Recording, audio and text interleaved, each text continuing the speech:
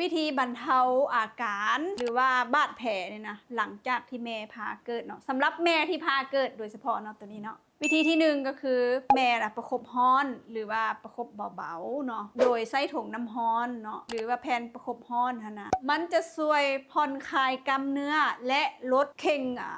ตึงๆนะโอเคว่าจังใดก็ลดความเข่งตึงกันเนาะวิธีที่2ก็คือใส่หมอนช่วยพยุงเนาะเวลาที่แม่นอนหรือว่าให้นมลูกแม่อาจจะใส่หมอนห้องหลังหรือว่าหมอนให้นมลูกก็ได้เพราะว่ามันจะช่วยให้ลดแรงกดทางหลังและหน้าท้องได้ดีเนาะ3แม่ต้องหลีกเลี่ยงการย่อเครื่องหนักย่ออีหยังก็ยาที่มัน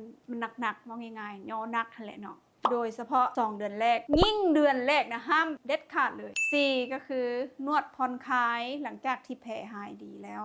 การนวดค่อยๆนะมันจะช่วยให้ลดผ่อนกล้ามเนื้อตึงแต่ว่าแม่ควรเลือกหมอนวดก่อนเนาะที่แบบว่าเข้าใจเรื่องการดูแลโดยเฉพาะเนาะ5ก็คือใส่แผ่นหัดหน้าท้องเพราะจะช่วยประคองหน้าท้องและหลังลดอาการปวดและเมื่อยได้เนาะส่วนหลายแม่ๆทุกคนจะเลือกแผ่นหัดหน้าท้องเนาะเองก็ใส่แผ่นหัดหน้าท้องเนาะอันนี้คือแบบว่าเกือบว่า99%แม่นใส่แผ่นหัดหน้าท้องเนาะมันได้ผลและ6ก็คือ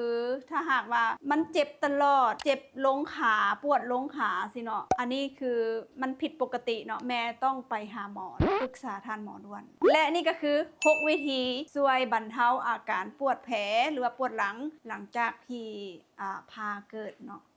ขอขอบใจข้อมูลจาก Everything คนท้องเนาะส่อง YouTube Thailand เนาะ